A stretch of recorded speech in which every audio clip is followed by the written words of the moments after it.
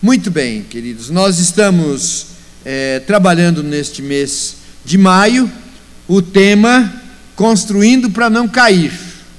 E o nosso texto básico é lá em Mateus capítulo 7, os versos 24 e 25, que dizem assim: todo aquele, pois, que ouve estas minhas palavras e as pratica, será comparado a um homem prudente que edificou a sua casa sobre a rocha. E caiu a chuva, transbordaram os rios, sopraram os ventos e deram com ímpeto contra aquela casa, que não caiu, porque fora edificada sobre a rocha. Nós sabemos que a chuva, o vento, as tempestades, os tsunamis têm vindo sobre as famílias, e muitas famílias têm caído. Por isso, nós temos trabalhado para que construamos as nossas famílias sobre a rocha, que é Jesus, para que ela não caia. Assim, nós já trabalhamos sobre a questão do namoro, sobre a família e sobre a importância de Deus na família. Domingo passado, nós estudamos sobre o resgate da rainha. Vimos, ainda que rapidamente, a história da transformação do papel da mulher na sociedade, e vimos também que a Bíblia não faz diferença entre homem e mulher. Estas mensagens estão lá no YouTube, você pode procurar lá no YouTube. Por que o Daniel coloca no YouTube? Porque nós queremos que estas mensagens saiam destas quatro paredes, né? Saiam destas quatro paredes. Então você pode ouvir esta mensagem e você, gostando, você passa o link para os seus familiares, para os seus amigos, não é? Você pode colocar lá no Facebook, Igreja Presbiteriana Shalom, vai aparecer ali a mensagem. Ou então no YouTube, Igreja Presbiteriana Shalom, você vai ver as mensagens ali. Quase todas, ou boa parte das nossas mensagens tem ido para o YouTube. Hoje nós vamos estudar sobre masculinidade, provada e aprovada. Enquanto eu oro, eu quero dizer para os irmãos que eu estou com saudades do seu Adiel. Ele está fazendo falta. Não tem aguinha para mim aqui. Sem água eu falo mais, hein? Masculinidade provada e aprovada. Vamos orar. Querido Deus, em nome de Jesus, eu quero mais uma vez te pedir perdão pelos meus pecados cometidos contra ti. Quero dizer que eu orei, tu sabes disso, estudei, me preparei, mas eu não quero um discurso, uma palestra. Eu quero algo que venha do teu coração para o nosso coração. E quem pode fazer isto é só o Espírito Santo de Deus. Então eu quero convidar, Espírito Santo de Deus, ministra aos nossos corações, trabalha, fala, ensina, revela-se a nós e ajuda-nos a vivermos como homens provados e aprovados por Deus. Ajuda-nos assim na exposição da tua palavra, em nome de Jesus. Amém. Milagre, enquanto eu orava, seu Adiel apareceu. Obrigado, queridos. Quem de vocês conhece Apeles? Não é do verbo apelar, é um nome próprio. Apeles. Filho de quem que ele era? Qual que era a profissão dele? Aonde que ele morava? Só tem uma menção dele na Bíblia, que está em Romanos capítulo 16, versículo 10. Tudo que diz a respeito de Apeles é assim: saudai a Apeles, aprovado em Cristo. Só ouvimos dele nesse texto, não sabemos quem ele era, nem o que fez, mas tem o mais importante a respeito desse homem: foi aprovado por Cristo. Mais do que suficiente, foi aprovado por Cristo. Digam comigo, aprovado. Tem vários textos bíblicos que falam sobre ser aprovado. Um outro fala sobre um jovem, lá em 2 Timóteo, capítulo 2, versículo 15. Diz assim: procura apresentar-te a Deus, aprovado como obreiro, que não tem do que se envergonhar, mas que maneja bem a palavra da verdade. Esse texto eu aprendi quando eu era adolescente. Antigamente, tinha na igreja presbiteriana, ainda tem o MP, e na IPI era UMP. Então era União da Mocidade Presbiteriana, ou União da Mocidade Presbiteriana Independente, e se reunia mensalmente, tinha a ata, tudo, e iniciava-se com o moto da mocidade, e o moto era este. Então eu decorei: procura apresentar-te a Deus, aprovado, digam comigo, aprovado, como obreiro que não tem que se envergonhar, mas que maneja bem a palavra da verdade. Uma pessoa só é aprovada se ela for submetida à prova. Se ela não é submetida à prova, não tem como dizer que ela foi ou não aprovada. E diga-se de passagem, como os homens dos nossos dias têm sido colocados à prova. Se na semana passada eu falei sobre as mulheres, hoje eu quero falar com os homens. Os homens sendo colocados à prova na sua própria masculinidade. Antigamente trabalhava-se muito na questão do machismo. Homem que é homem não chora, homem que é homem não reclama. Agora hoje tem ido para um ponto mais ao contrário, de que o homem não seja tão homem assim.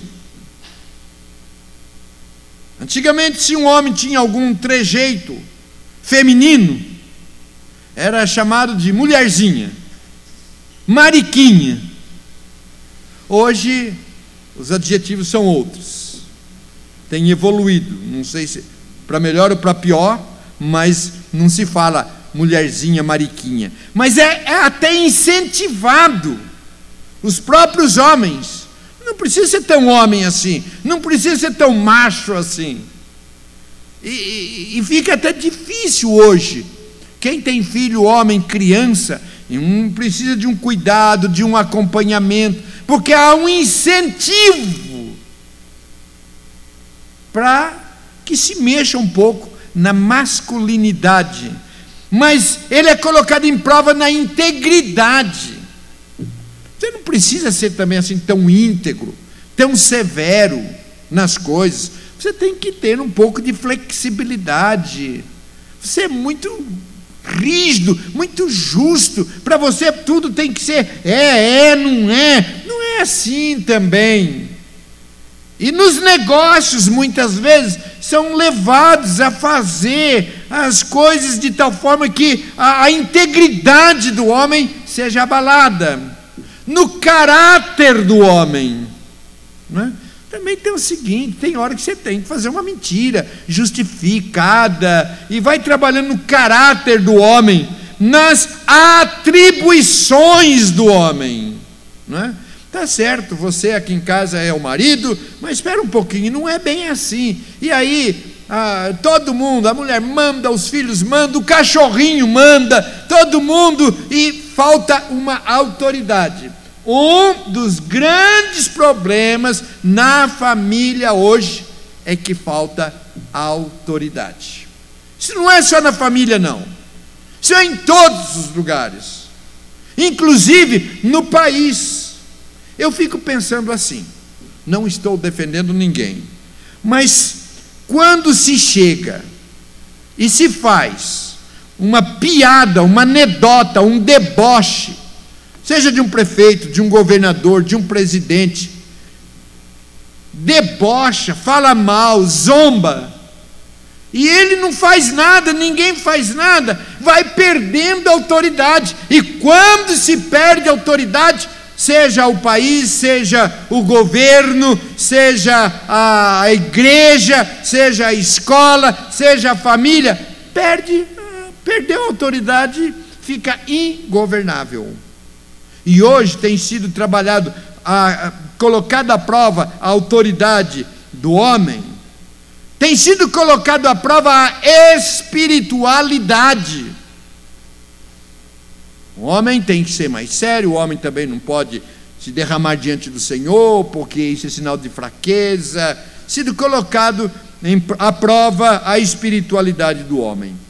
Em Tiago capítulo 1, versículo 2 diz assim: meus irmãos, tende por motivo de toda alegria o passardes por várias provas, sabendo que as provas da vossa fé, uma vez confirmada, produz perseverança. Então a nossa palavra de início nesta noite é nesse sentido. O homem está sendo provado. Não reclame, tenha por razão entender que esta prova vai gerar perseverança. Fique firme, fique firme. Ser um homem é um privilégio, mas é uma responsabilidade. Ele tem sido provado. As provas não podem abater-nos ou tirar-nos dos caminhos do Senhor, dos princípios bíblicos. Todos os grandes homens da Bíblia passaram por provações, passaram por desertos. Quando nós lemos lá a respeito de Moisés, não se sai do Egito para ir em direção à terra prometida, se não passar pelo deserto, se não passar pelo Mar Vermelho. Tem de passar por provas. Agora nós precisamos nos lembrar que Deus não permite tribulações que vão além das nossas forças. Ele permite as provas, mas não nos deixa sozinhos nas provas. Os homens têm o privilégio, eu me sinto privilegiado por ser homem, assim como eu penso que as mulheres também se sentem privilegiadas por serem mulheres. Eu me sinto privilegiado por ser homem, mas é uma tremenda de uma responsabilidade. Senão, vejamos o seguinte: quando Deus fez o homem, Ele entregou o jardim do Éden para que ele cuidasse e deu-lhe uma ordem. Gênesis 2,17: da árvore do conhecimento do bem e do mal você não comerás, porque no dia em que dela comeres, certamente morrerás. Para quem que Deus deu essa ordem? Foi para o homem, foi para Adão. Quando Deus lhe deu essa ordem, a mulher ainda não existia. Então a ordem foi para o homem. Agora, quando você abre no capítulo 3 de Gênesis, e Deus está tratando o fato de terem comido do fruto proibido, Deus não fala com Eva de início. Deus chama de lado Adão e tem uma conversa séria com Adão e pergunta: por que você comeu do fruto proibido? É com Adão que Deus vai tratar. E é interessante também observar que quando a mulher come do fruto, nada acontece, não acontece nada. Mas quando o homem come, o pecado fica estabelecido, porque a lei foi dada a ele.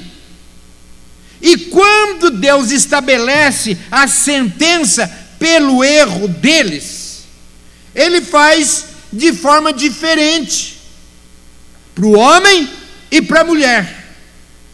A sentença da mulher está relacionada a ela mesma. Diz assim: multiplicarei sobremodo o sofrimento da tua gravidez, em meio de dores dará à luz filhos, o teu desejo será para o teu marido e ele te governará.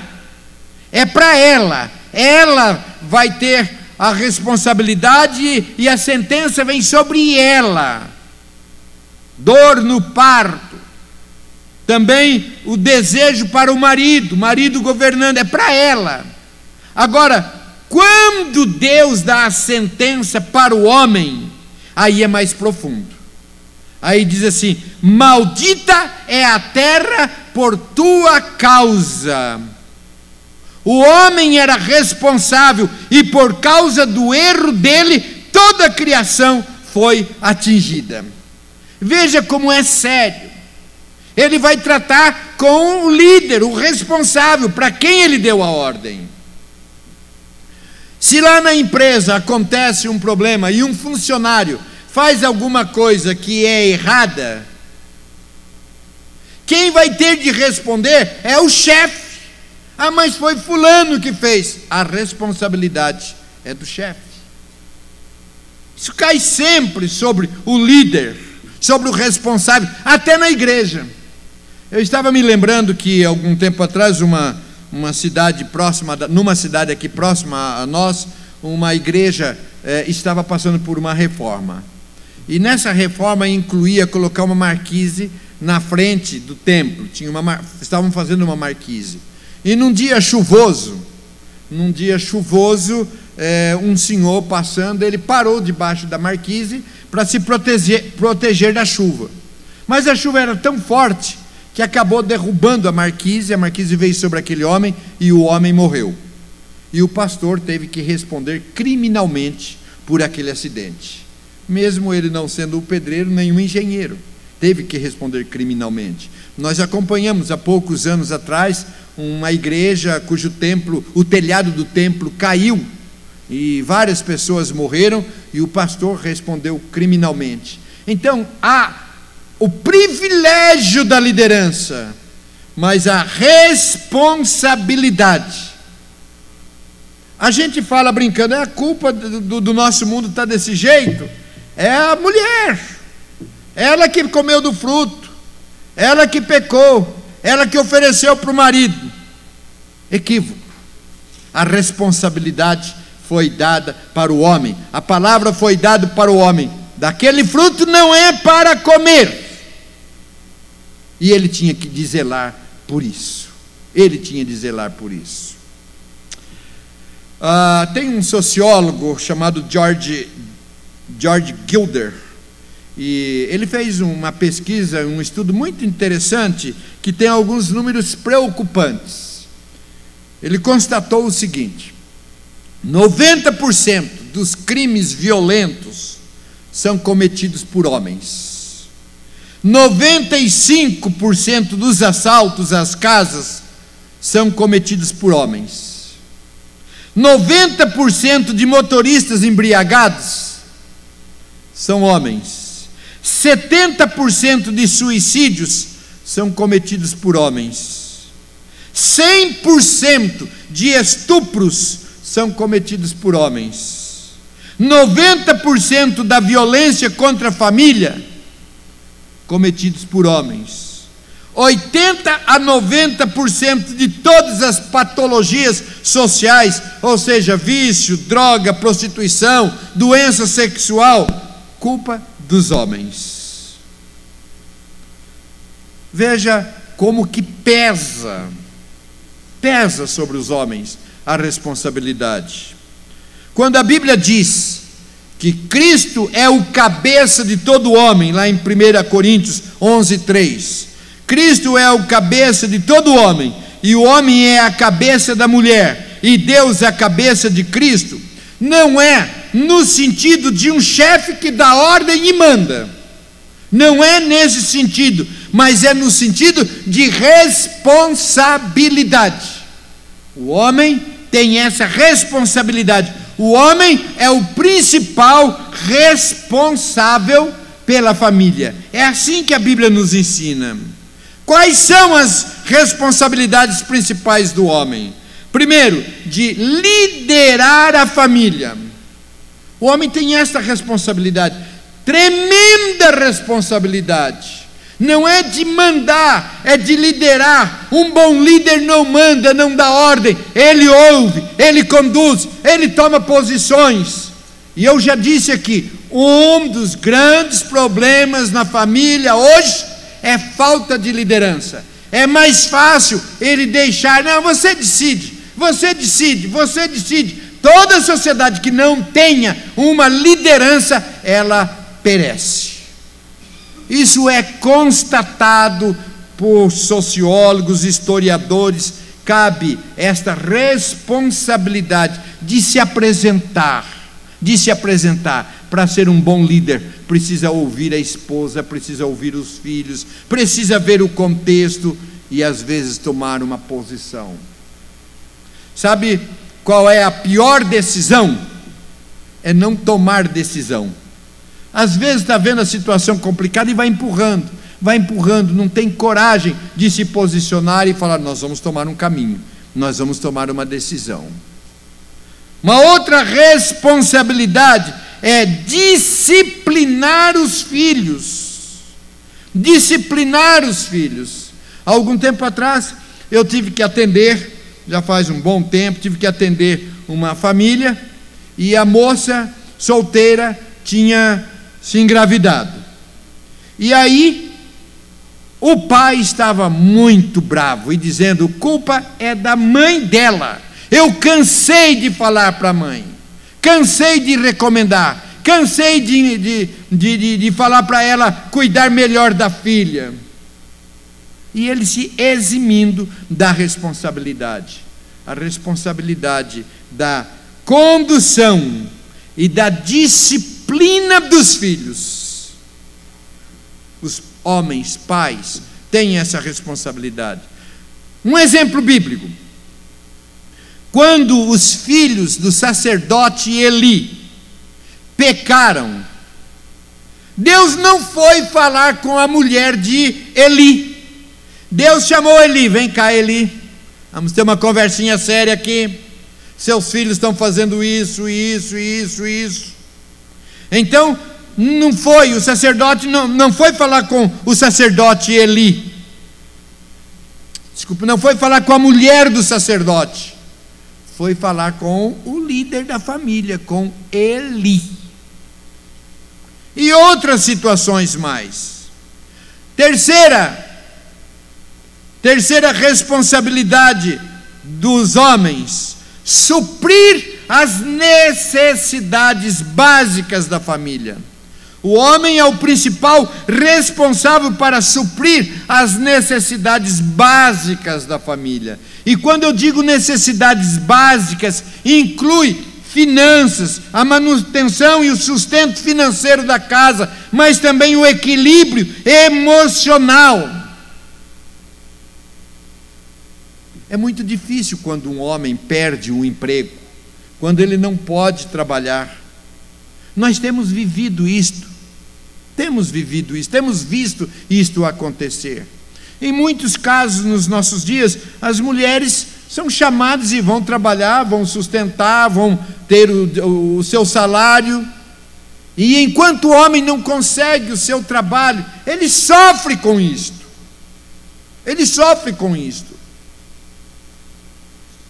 É difícil, entretanto, quando a gente vê, e eu conheço alguns casos, e eu me lembro, não vou citar evidentemente, não é daqui da Shalom, mas de um senhor. Ele nunca trabalhou, e ele diz que não gosta de trabalhar, e ele não trabalha, e a mulher trabalha, dá o cheque na mão dele, o cartão na mão dele, e quando a gente vai conversar, ele ainda, desculpe minha expressão, ronca papo, ainda conta vantagens, né, do que ele faz, como que ele gasta, com o que ele compra. É difícil para uma casa nesse sentido. Que Deus tenha misericórdia dos homens daqui da Shalom. Aqueles que estão desempregados, eu sei que estão desempregados, não é por fazer corpo mole, não é por ociosidade. Que Deus tenha misericórdia, abrindo frentes de trabalho, oportunidade de trabalho.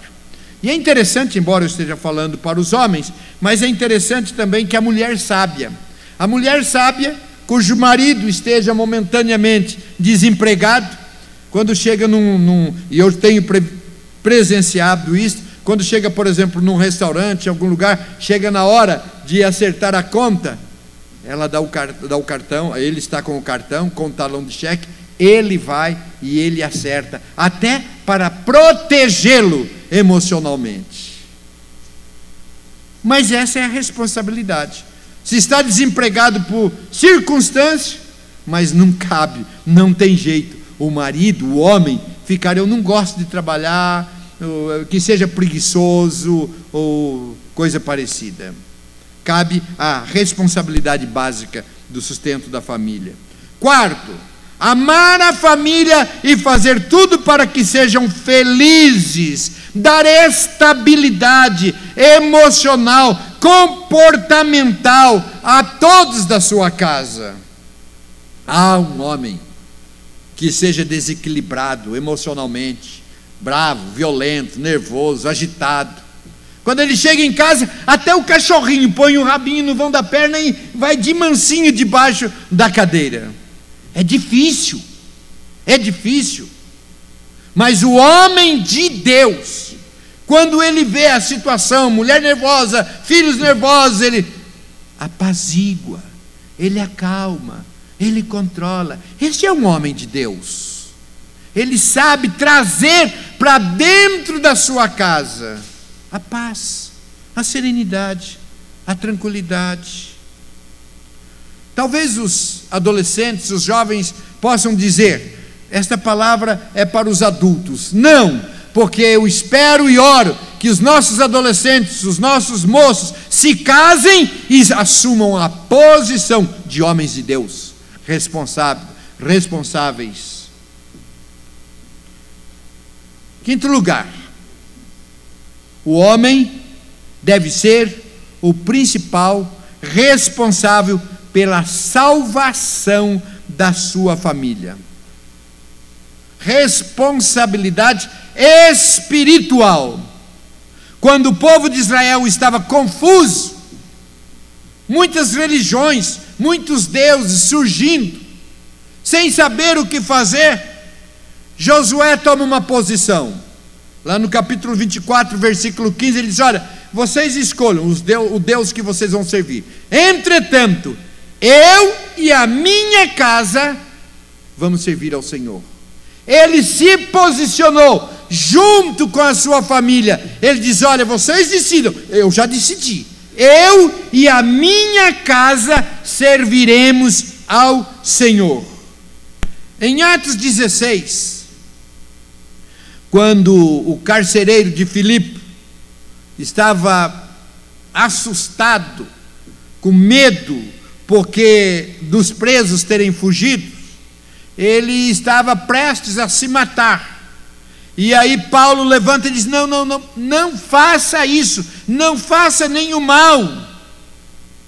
E aí o carcereiro pergunta, o que eu preciso fazer para ser salvo? E Paulo diz, crê no Senhor Jesus e será salvo tu e a tua casa.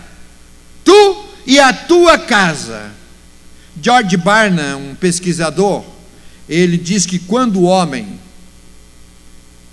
homem é convertido, que 93% dos homens convertidos levam as suas famílias, respectivas famílias, para Jesus, para a igreja. Dos homens que são convertidos, dos homens que se convertem, 93% levam toda a sua família para Jesus, para a igreja. Das mulheres que se convertem, 17% conseguem levar a sua família para Jesus. E quando uma criança se converte, das crianças que se convertem, 2% levam os seus familiares para a igreja. Então é feito muito trabalho, às vezes, com as crianças, né? As crianças se convertem, e muitas delas se convertem e trazem os seus familiares para Jesus. Também com as mulheres. Mas veja esta diferença, 93% dos homens. Por isso, queridos, eu penso que nós temos uma tarefa muito grande e uma responsabilidade. Quando nós alcançamos os homens para Jesus, 93% dos homens alcançados vão levar os seus familiares para Jesus. Esses dias eu citei Lucas capítulo 19, quando Zaqueu quer ver Jesus. Ele sai, sobe numa árvore para ver Jesus, e ele está lá na árvore, e Jesus chega, olha para Zaqueu e diz: desce depressa, porque eu quero ir na sua casa hoje. Zaqueu desceu, levou Jesus para sua casa, e no finalzinho da conversa, no capítulo 19, versículo 9, lá na casa de Zaqueu, está escrito assim: hoje veio a salvação a esta casa, a esta casa. Assim, os homens são chamados a se entregarem a Cristo e a se integrarem com a sua família na igreja. Entregarem-se a Jesus e integrarem a sua família na igreja. A igreja exerce uma função muito importante na vida espiritual, na vida moral, na vida emocional da família. Eu sou grato a Deus pela vida de eu participar na vida da igreja desde a minha infância. Meus amigos eram amigos da igreja. Quando eu fui procurar uma namorada, de dentro da igreja, e Deus me deu uma mulher de Deus. Sou grato a Deus pela igreja na vida dos meus filhos. Quando o meu mais velho foi arrumar uma namorada da igreja. Isto é uma bênção. Por quê? Porque se o moço ou a moça não tem um namorado, uma namorada da igreja, crente em Cristo Jesus, e o moço arruma uma namorada não cristã, chega no sábado, para onde que vai conduzir? Para a balada, para as festinhas, para fora da igreja. Mas quando os dois são da igreja, é uma tranquilidade para os pais. Por quê?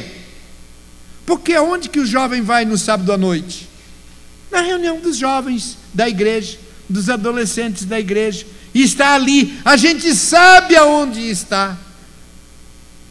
Ambos estão sendo orientados, ambos estão sendo ensinados. Portanto, eu penso que os pais precisam tomar esta preocupação. Eu vou colocar a minha vida diante de Deus, vou me comprometer com a igreja de Jesus, e eu vou levar os meus filhos, porque eu preciso da ajuda da igreja na formação, na educação dos meus filhos.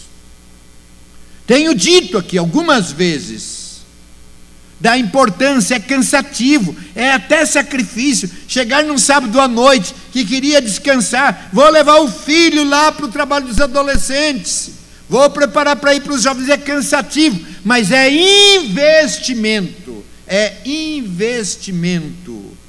Penso que nós, homens cristãos, deveríamos cuidar disso e não medir esforços para os nossos filhos, ainda que crianças, ainda que meninos, adolescentes, jovens, fazer de tudo para que eles estejam ali participando das coisas do Senhor. Vai tendo esta formação. O homem é o responsável por criar um ambiente espiritual na sua casa. Ele tomar a iniciativa de ler a Bíblia, de orar, de falar de Jesus.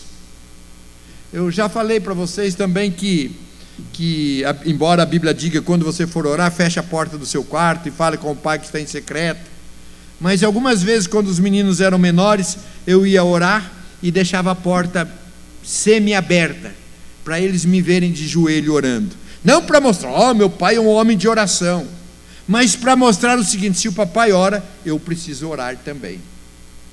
E muito especialmente pais de filhos homens, de meninos.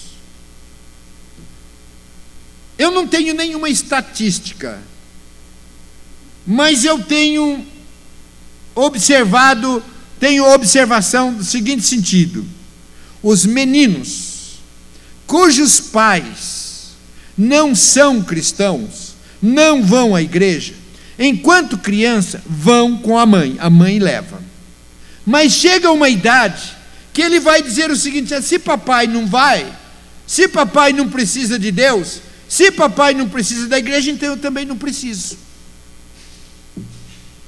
Os adolescentes têm a tendência de chegar nessa idade e querer, não vou na igreja, estou com preguiça, não vou. Se o pai não vai, o pai não tem um compromisso, ele vai se sentir muito mais fortalecido nessa decisão de também não ir. Eu me lembro que algumas vezes, logo no começo do André casado, com os filhos, eu ia na casa dele, às vezes me chamava, e me chama ainda, e eu gosto, né? Me chama para almoçar, chega na hora da refeição, aí o André ora. Mas e eu? E o pastorzão aqui? Não vai orar, não? E eu tenho observado que eu tenho ido na casa de alguns irmãos e tem acontecido isso também. Eles oram, e escuta, e o pastor? Mas depois eu entendi, ele aprendeu que na casa do pai dele, quem ora é o pai. É o líder espiritual, é o sacerdote espiritual.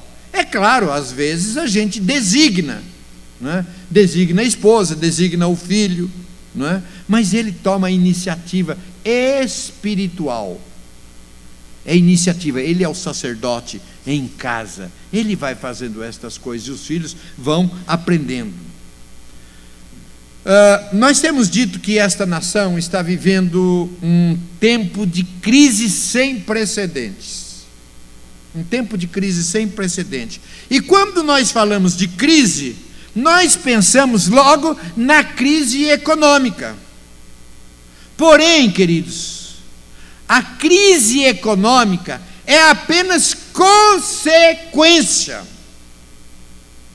Ela não é o ponto principal. A crise econômica que nós vivemos na nação é, na realidade, consequência de uma crise de homens sem caráter, sem Deus, sem integridade.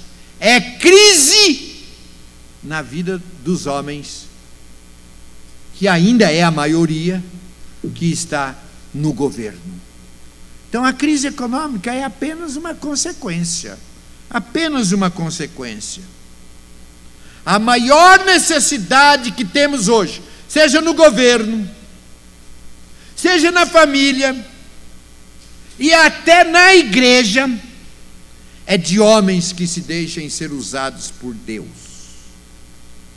Homens na igreja que assumam a posição, que lidere a sua família, que lidere a igreja, que lidere a sua família, que lidere o governo. Homens de Deus.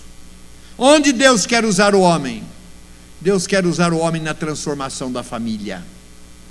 Ele tem responsabilidade. Deus quer usar o homem na transformação de outros homens, evangelizando, falando de Jesus. Às vezes nós falamos de política, falamos de futebol, falamos de tantas coisas, mas quando chega na hora de falar de Deus, do poder de Deus, do amor de Deus, do cuidado de Deus, nós nos omitimos. Deus precisa de homens na transformação da igreja. Deus precisa e quer usar homens na transformação da sociedade. Quais são as características do homem que Deus usa? Primeiro, o homem que Deus usa é um homem que ora, que busca a Deus, que se dedica a Deus. Uma coisa que me chama a atenção e que me preocupa é que nas nossas noites de clamor, raras são as noites que empatam a mesma porcentagem de homens e de mulheres.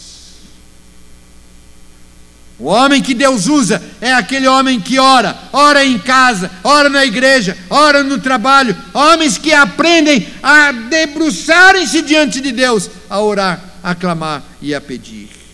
O homem que Deus usa é um homem que se quebranta, é um homem que chora na presença de Deus. Um homem que sente, que se emociona, que se solta nos braços de Deus. João 9,31 diz assim: sabemos que Deus não ouve pecadores, mas ouve o homem que teme e que pratica a vontade de Deus. Terceiro lugar, o homem que Deus usa é um homem escolhido por Ele. Lá em Atos 13, 22, fala do chamado de Davi. E diz assim: achei Davi, filho de Jessé, homem segundo o coração, homem segundo o meu coração, que fará toda a minha vontade. Achei Davi. Ora, se ele achou, é porque procurou. Se achou, é porque procurou. Uma coisa é buscar a Deus, a outra coisa é ser buscado por Deus. Lá, na época de Moisés, Deus mandou procurar 70 homens para ajudá-lo.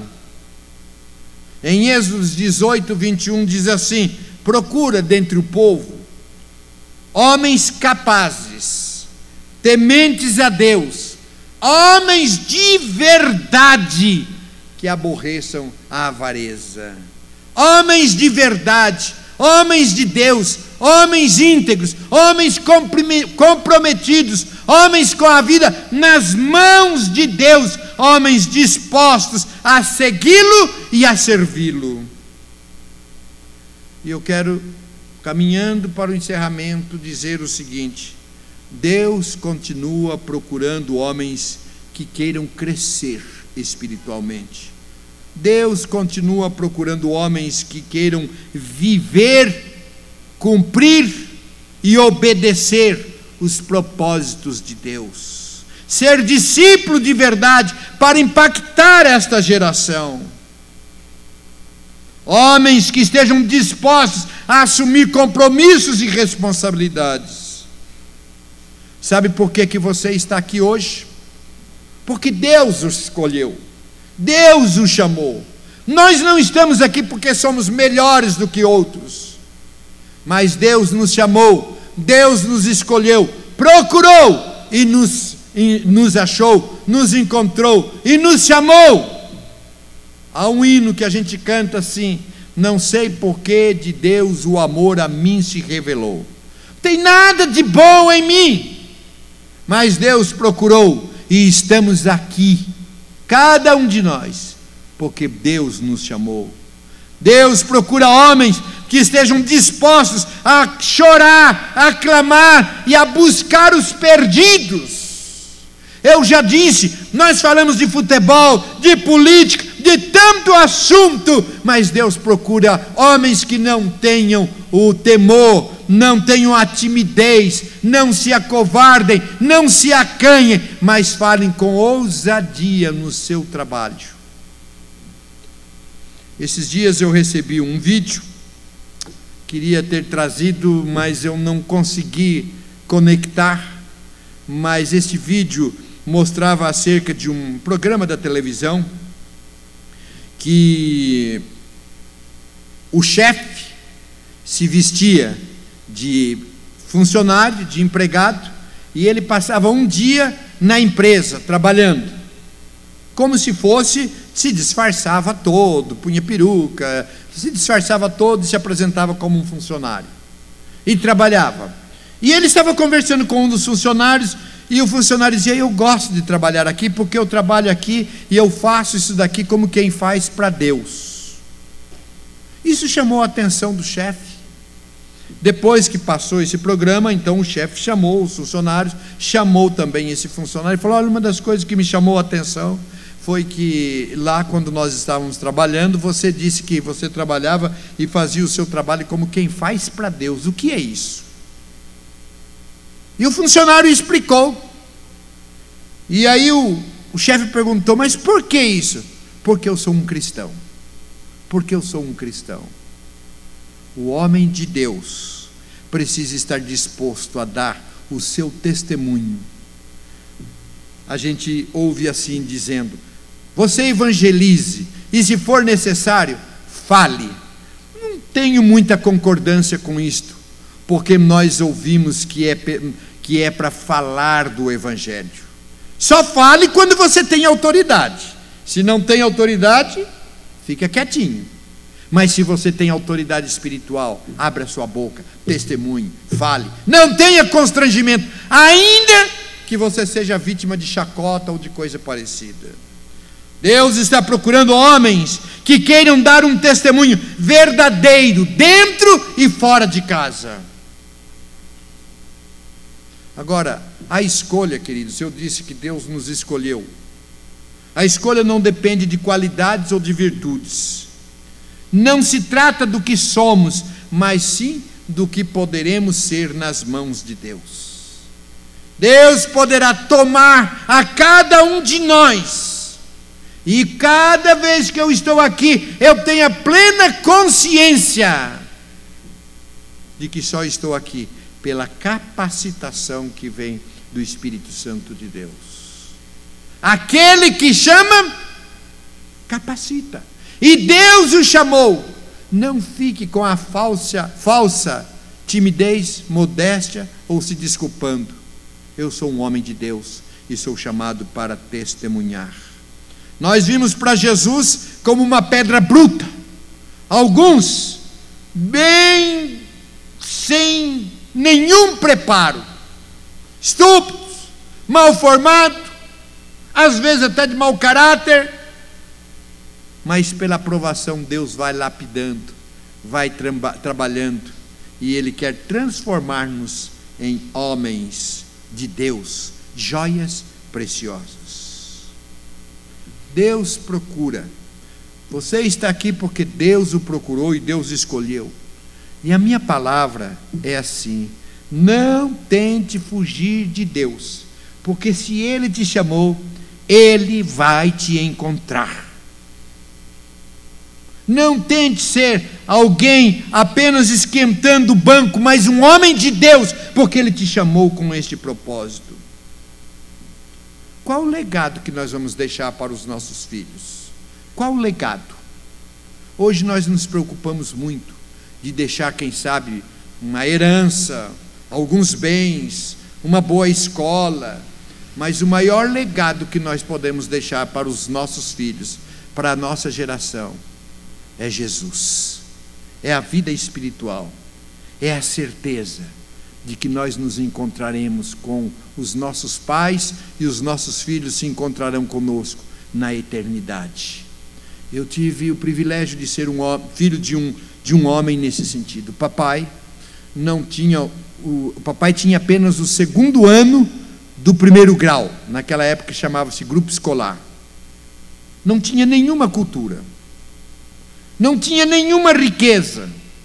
No final da vida ele teve a casa própria, teve o carrinho, mas quando eu era adolescente, eu sempre digo, eu não passei fome, graças a Deus, mas passamos muitas privações.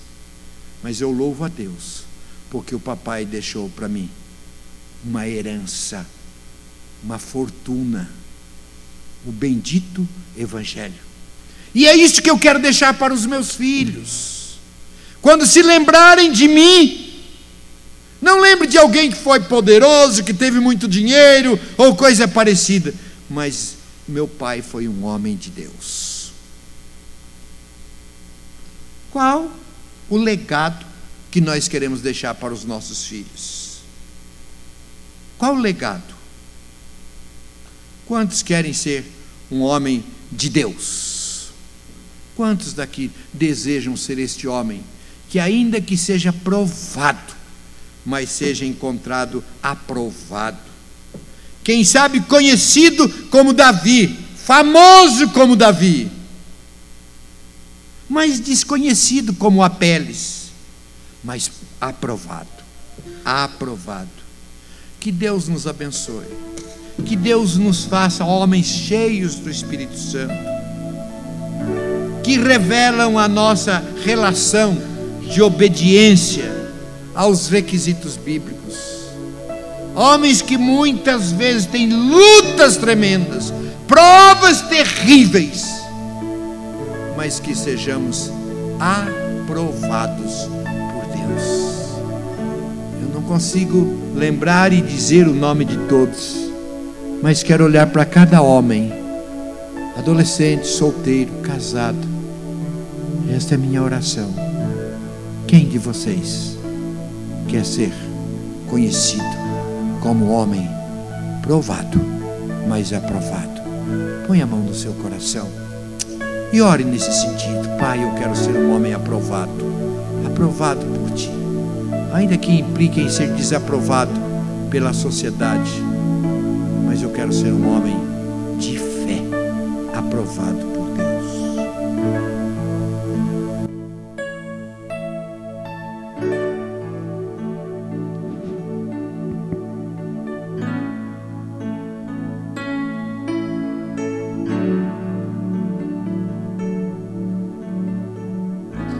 Quem é o homem que irá se dispor?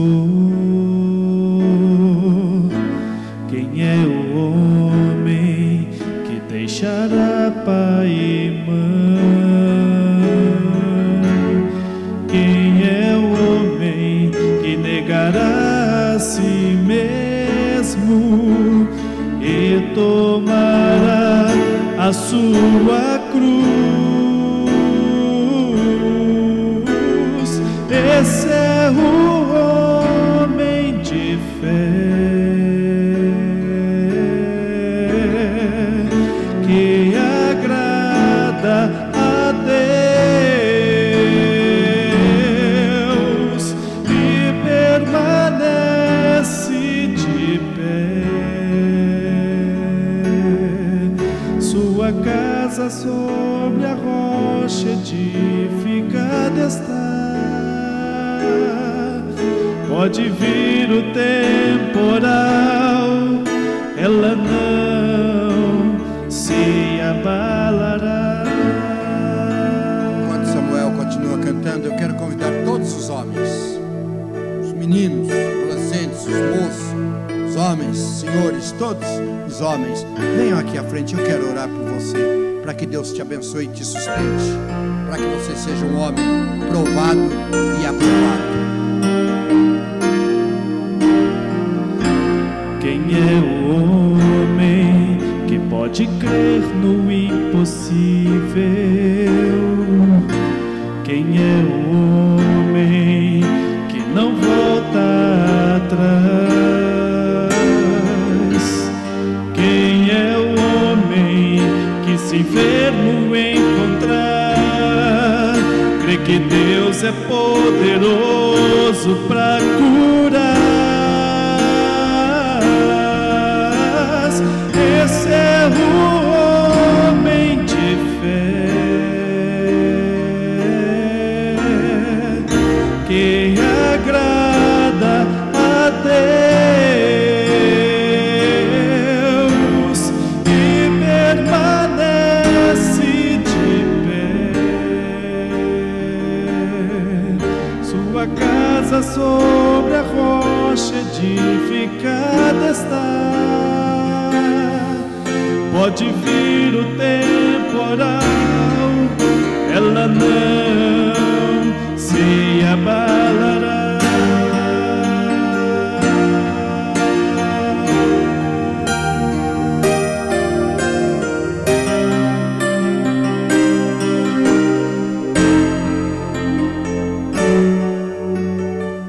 Se a sua fé, como um grão de mostarda for, para os montes se moverem do lugar, o impossível não há. Esse é o homem de fé que agrada a Deus e permanece de pé. Sua casa sobre a rocha edificada está. Pode vir o temporal, ela não se abalará. Senhor Deus e Pai, te agradeço pela vida destes homens que estão aqui à frente, homens que foram encontrados pelo Senhor. O Senhor os procurou, o Senhor os encontrou, o Senhor os chamou. Cada um tem a sua luta, a sua dificuldade, a sua responsabilidade e as suas respectivas provas.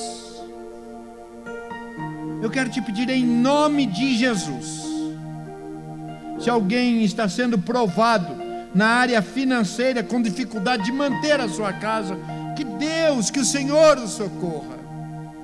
Se alguém está com dificuldade de desemprego, de saúde, de indisciplina, de relacionamento, seja com a esposa, com os filhos ou entre os filhos, eu quero te pedir em nome de Jesus, revista estes homens com o Espírito Santo de Deus, dá a cada um deles a autoridade espiritual, a autoridade de vida, que vivam de forma tão bonita diante de Deus, que ninguém tenha coragem de enfrentá-lo.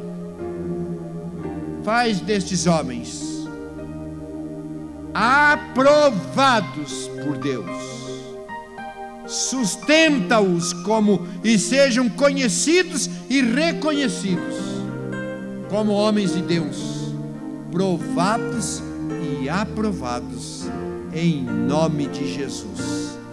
Vamos nos colocar em pé.